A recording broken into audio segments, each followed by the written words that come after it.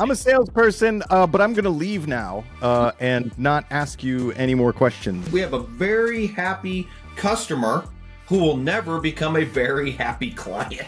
Both these agents worked really hard to not get the business. She wasn't ready for the phone call. That made me realize, listening to this, I'm like, wait a minute.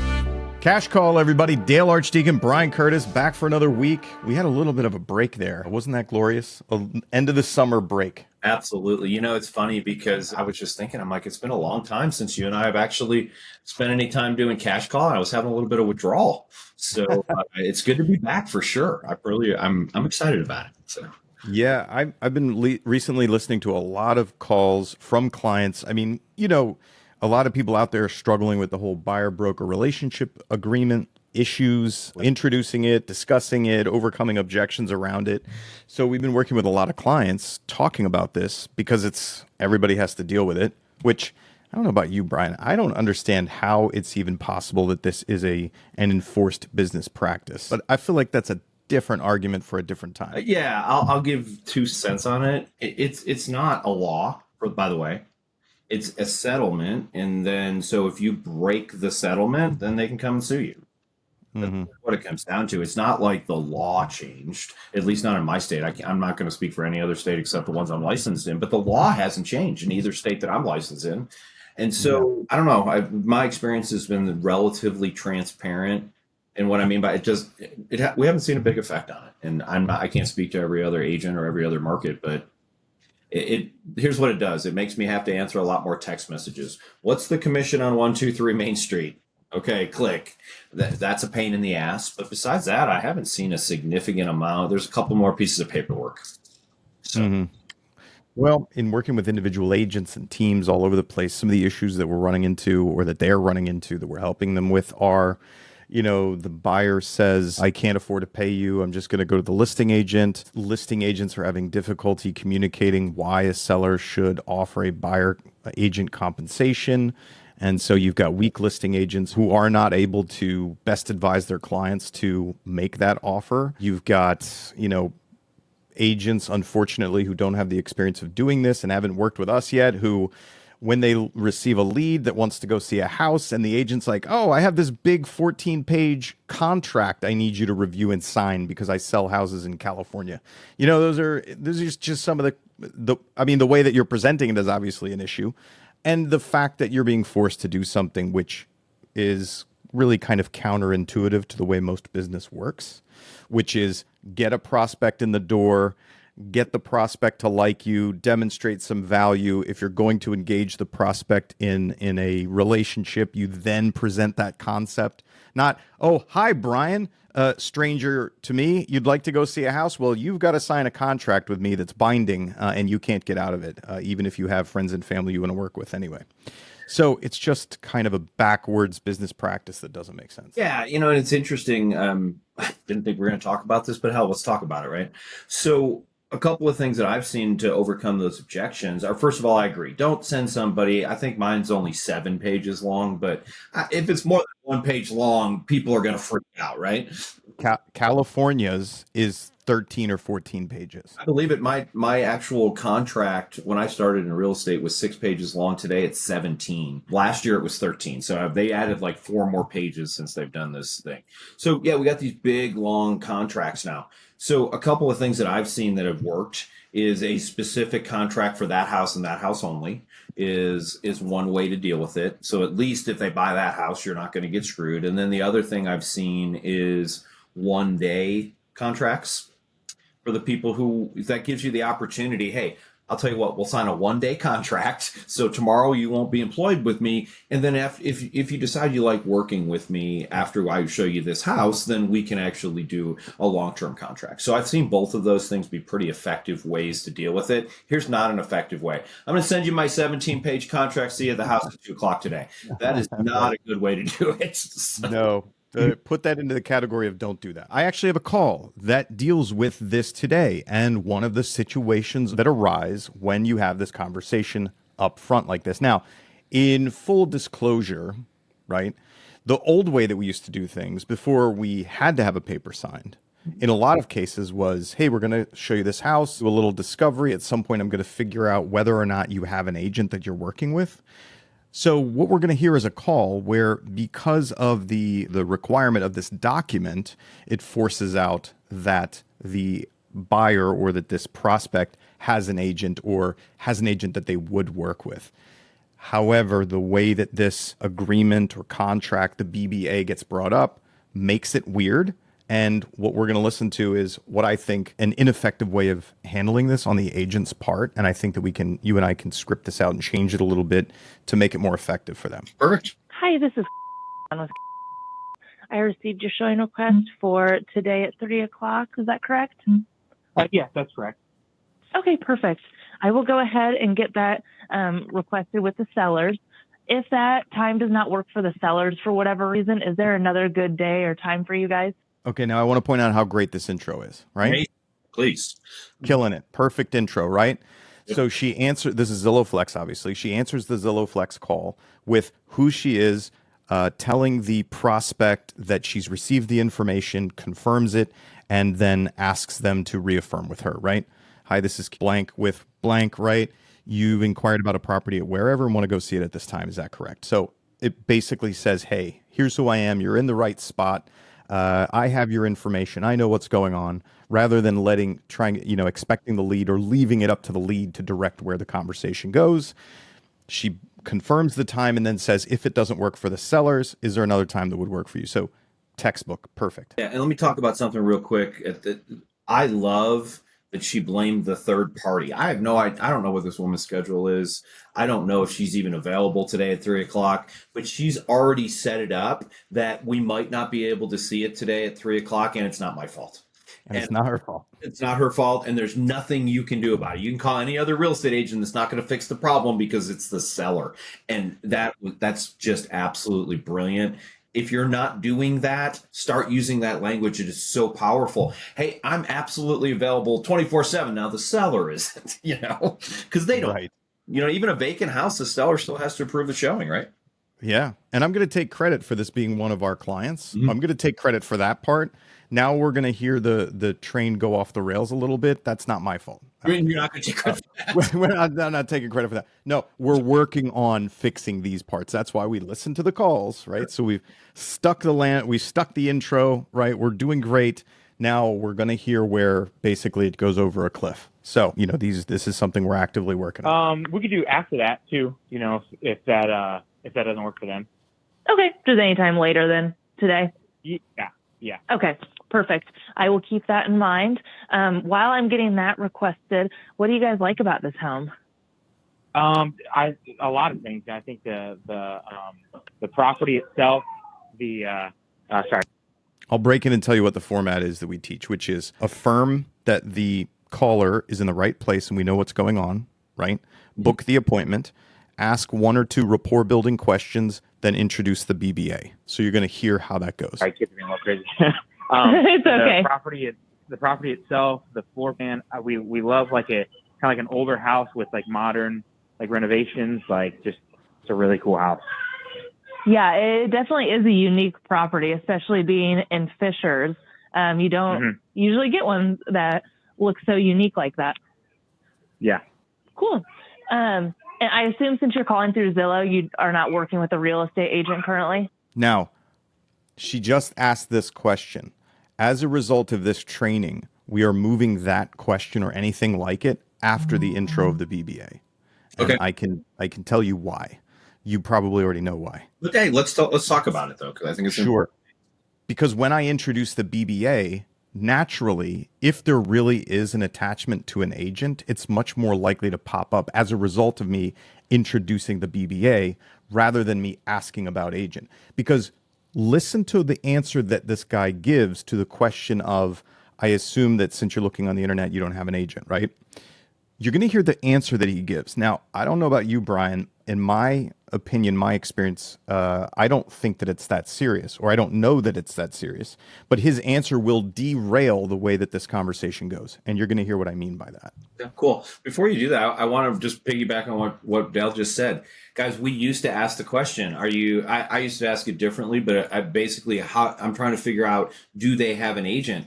And I agree, we don't have to do that anymore as a standalone, because when we introduce the BBA, broker buyer agreement, then by definition, they're like, if it's all of a sudden we start signing that, they're going to go, whoa, wait, I got an agent. So it's a really great, now you don't have to ask that question. And I've always hated that question, to be honest, because people do all kinds of weird crap with it. So in a lot of ways, this can be helpful. But anyway, yeah, go ahead and play some more. Not currently, no. We have a friend that's a real estate agent, but this property kind of just popped up, and we thought like, hey, we've been kind of looking around the last 6 months or so, kind of waiting for a house we like to pop up. And this one we're like, hey, let's go see it. Let's go check. Okay, now they have a friend, right? Everybody's got a friend. Everybody's got, I mean, dude, everybody knows a real estate agent or two. So everybody's got a friend, but hear how that answer now derails this agent and this is a great agent. She just needs training around this, but listen to what happens. Okay. Would you be wanting to use them if you wanted to move forward? We'd probably use our friend that's a real estate agent. Okay, I would, because I'm actually an agent myself. So when you call through Zillow, you get other real estate agents basically. And now in order to show homes, all real estate agents have to get a disclosure signed, just explaining like how we get paid, how we work together. So I would suggest if you... Now, I taught them to say disclosure instead of contract because they were saying contract, and contract tends to be scary to strangers. It is. So we can argue about disclosure or not, but I don't care.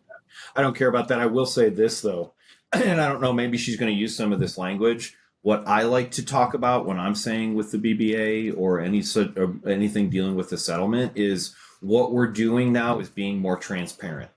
And the reason I'm using that verbiage is what I'm saying to the client or potential client is I'm doing this to help you, not because I want to do it. Well, for record, I don't want to do it, but I'm doing this because we are now being more transparent with you. Oh, that's better, isn't it? Yeah, good, sign here. So we're trying to show them it's a benefit to them to sign our contract.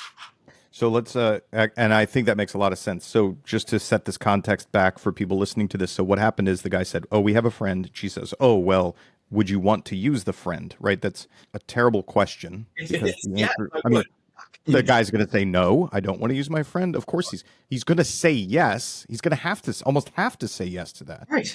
It's just not a good question. And now she's saying, oh, well, because for us to show this house, I have to have a disclosure sign that says X, Y, and Z. And so now we're going to hear what happens as a result of her presenting that. If you are wanting to move forward, like if you did want to move forward with this home, that you'd be using your friend, I would give them a call, honestly. Because if I show it and everything, then we'll kind of have to go through the process together, which I'm fine. Okay. I'm happy. Now, see, here's my problem with this, Brian, is we're salespeople. Get the business. The guy didn't say, oh, I want to work with my friend, or he didn't get on the phone and say, oh, hi, yeah, I'd like to go see that house, but just to let you know, we'll be working with my friend because we've done business with them in the past, or they're actively working with us and they're out of town right now. That's a different scenario than what we're hearing right here. And so my argument is, listen, we're salespeople. And I gave these agents, as I was training them, 3 criteria. They had to check at least 1 out of 3 criteria under which they could not chase the business down. And what I said is, 1, they've signed an agreement with another agent that is exclusive. You're done. Or 2, they are actively working with the agent and the agent's been doing work for them and the consumer is really happy with that experience so far. Or 3, they have worked with them many times in the past, had great results, and they have no intentions of working with anyone else, right? I said, listen, if you can't check one of those boxes with your discovery and your conversation with this prospect, then you literally have a moral obligation to attempt to offer this consumer your services, as long as you believe that you provide a very high level of service, right, and quality.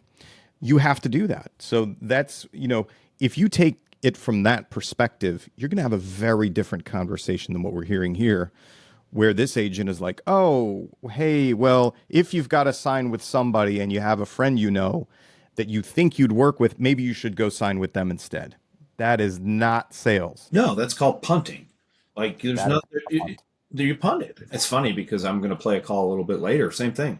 We just punted, and I don't understand the punt because the punt is a no.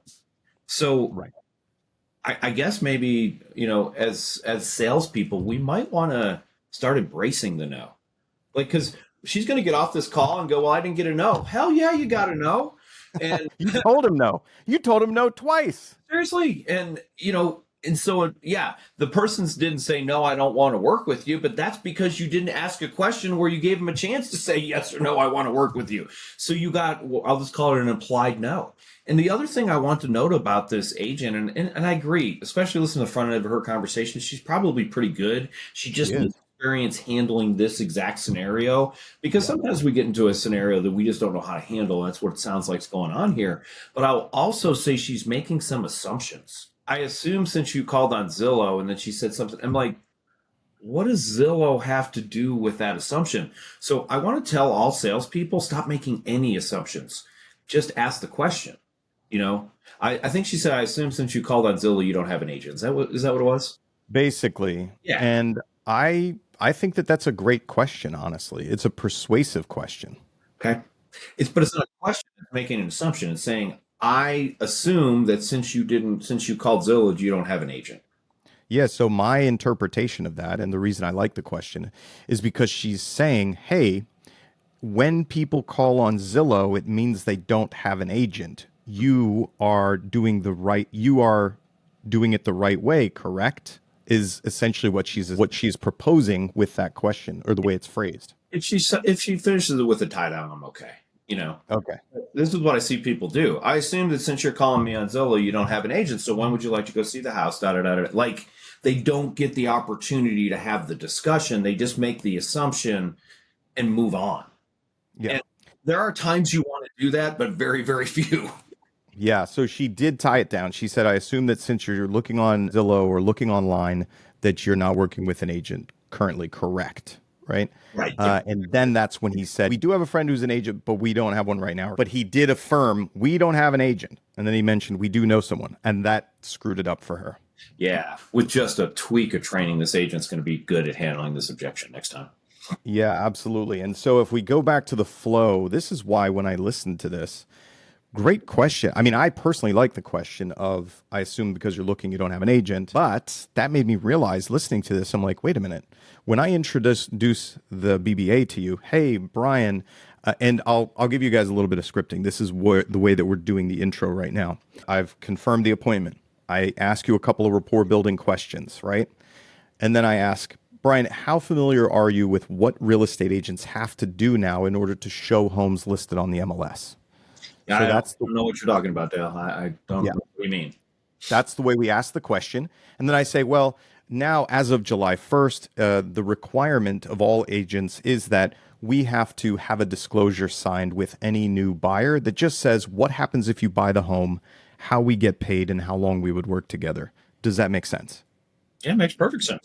That's it, right? Now, so we intro the BBA and move any question later if you want to ask about agent, if you're not quite sure, if Brian sounds a little shifty.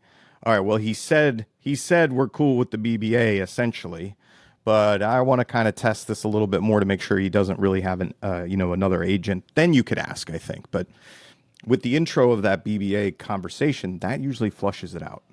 So let's just have this quick discussion, Dale. So let's pretend we're agents for a second. And so are you actually sending that BBA over, telling them to review it, and then say, hey, when we're in person, I'll answer any questions you have, and then we'll go ahead and sign it? What is your process for that? So I have been leaving this up to the individual clients. It really depends on what they feel comfortable with. So one option is I say, hey, Brian, does that make sense? And if you say, yeah, I say, great. Yeah, sounds great. Okay, we can review that document, sign it just before we go into the home. I'll see you at the address at this time, right? Okay. So that's one way, keeping it as simple as possible. Or the other option, if agents don't feel comfortable with that or they're running into issues around it, hey, Brian, does that make sense? Yeah, it makes sense. Okay, excellent. Here's what we can do. We can either quickly jump on Zoom just to review this document, or I can explain it to you briefly when I see you at address and we can sign it then. Which do you prefer? Right. Perfect. And I think that's a great way to go. And here's what I don't want to see agents do. Say exactly what Dale and I said. By the way, I'll send it to DocuSign. Go ahead and sign it when I get there, because it's going to scare people. Like every one of these contracts is written by an attorney, right? I've never read a contract written by an attorney that didn't scare me on some level. I mean, it's just Right. the verbiage is not. It's confusing. It's wordy. It's all of these things. And so we want to be able to be there and just show how simple and easy it is versus just be like, hey, sign this document. You're just agreed to pay me $25,000. And by the way, that actually could be the case. It sounds like I'm being sarcastic, but it's not. Like, you got $1 million home, 2.5%, making 25K.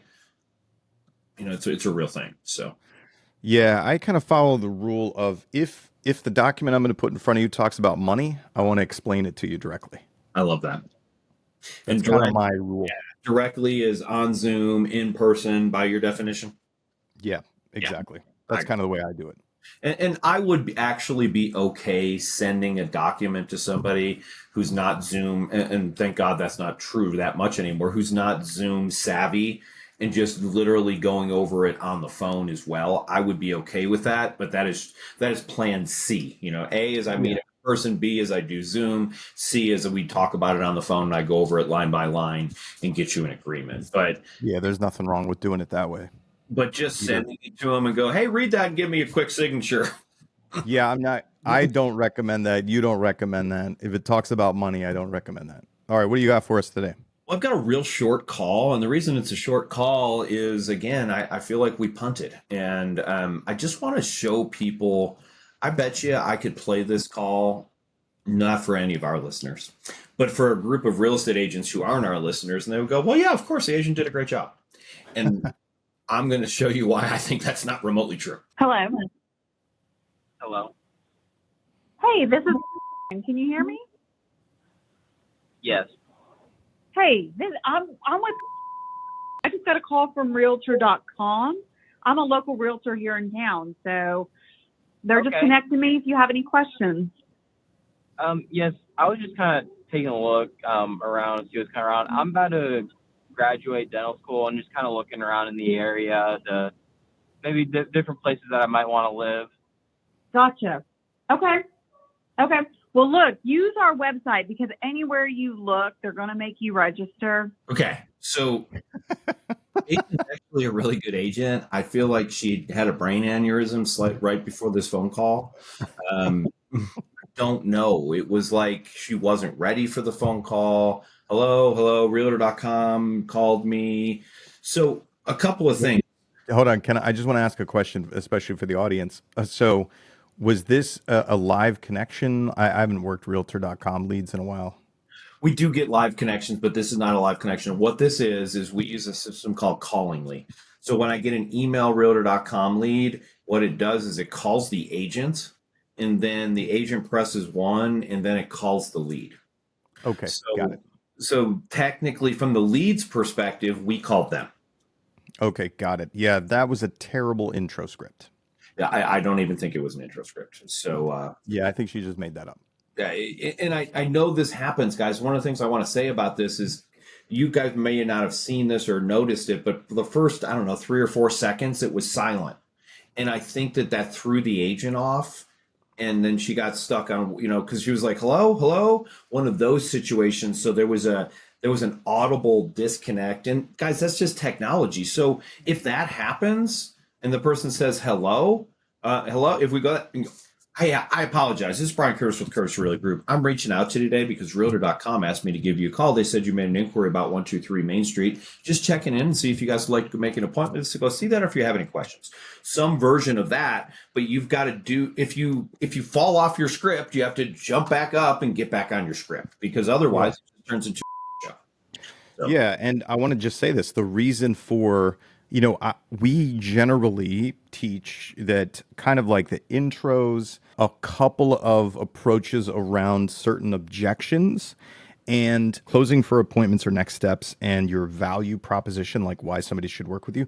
Those are really kind of the only points, in my opinion, that need to be really well scripted.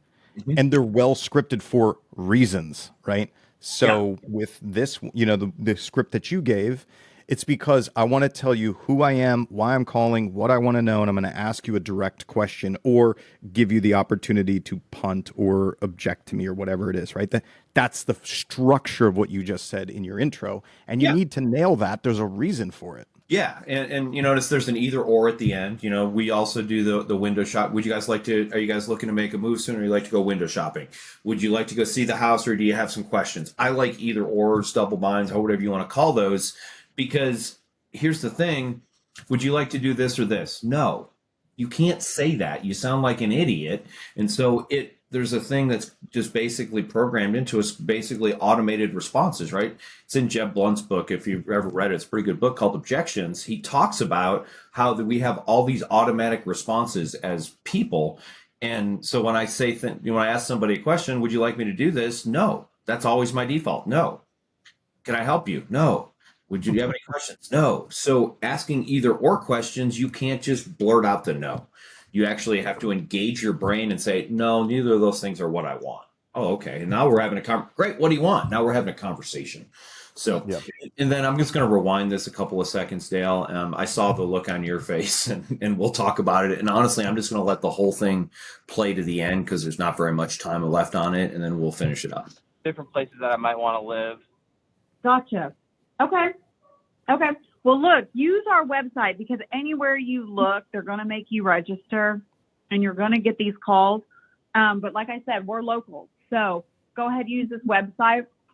And then if you do have questions, you can just reach me back through that website.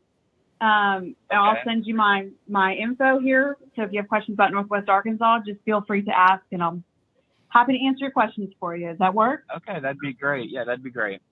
Okay, awesome. Can I ask really quick, what's your name? Got it. Okay. All right, I'll put it in there. I'll make sure all the AI stuff is turned off, so you shouldn't be bugged. But yeah, use the website and then just reach out if you have questions, okay? All right, I really appreciate it. Yes. So what we have here is a non-client who is very happy.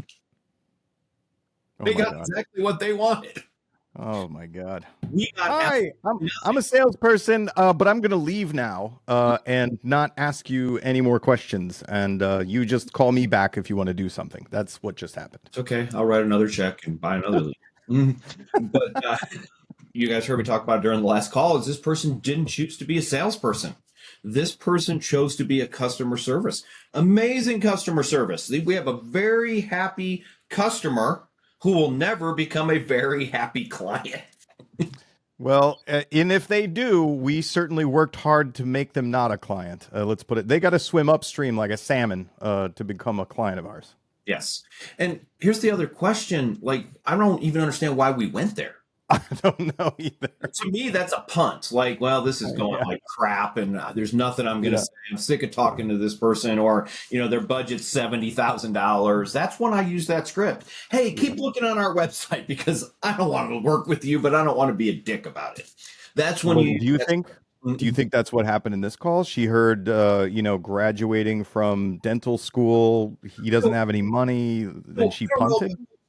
Maybe, but you know what? Graduating from dental school, I don't know if you guys know this. That's a doctor loan. That's 100% financing guaranteed loan, assuming that they don't have IRS debt or something like that. But as long as this person it graduates from college or graduates from dental school, there's a doctor loan. It is an amazing loan.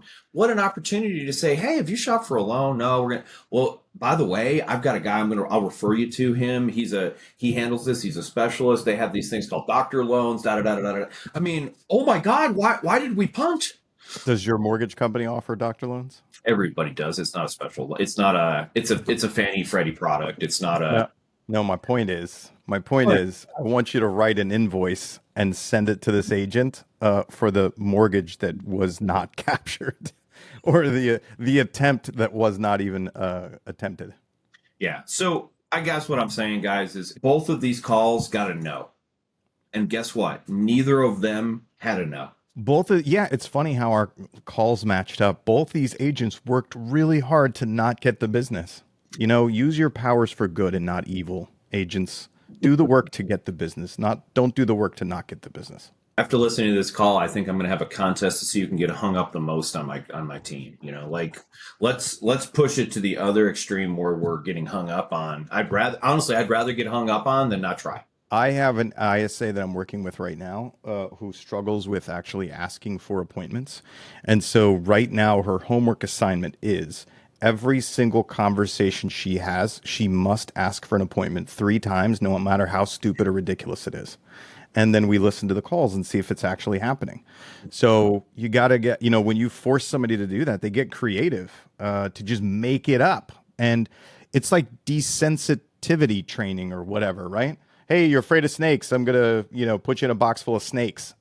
Pretty soon you kind of get over it. It's really funny, Dal. I went to a training for 3 weeks in California last month. One of the days what they have us do is, and it's a training on how to present, be in front of people. And one of the days they basically put you on stage in front of people and just harass the ever loving shit out of you, so that you get used to that. And then if it were to happen in the real world, you just like, whatever, I don't care. And Yeah. that's what Dale's saying. I mean, practice getting someone being rude to you. Practice. It's going to happen. I'm not saying that you should focus on it, but practice. What happens? Someone tells you you're a horrible human being, da da da da da. What do? You can hang up, or maybe you can figure out a way to overcome that. And one of my favorite stories is one of our agents going like this, gets yelled at, gets told to F off. She hangs up the phone, or the guy hangs up on her, and she texts him and says, "Hey, I'm sorry you're having a bad day. If you need anything in real estate, please let me know." That's it. We closed that guy. Nice. It's That's one of my favorite stories, because she was like, well, I mean, what are you going to do? What's he going to do? Say F off again? You know, who Right. cares? You know, Yeah. It doesn't hurt it. Absolutely. So, Well, we got to wrap up today's show, everybody. Thanks for joining us again. Dale Archdeacon, Brian Curtis, Cash Call will be back next week to bring you more magical techniques and strategies to book more appointments. Right, Brian? we'll be here with bells on.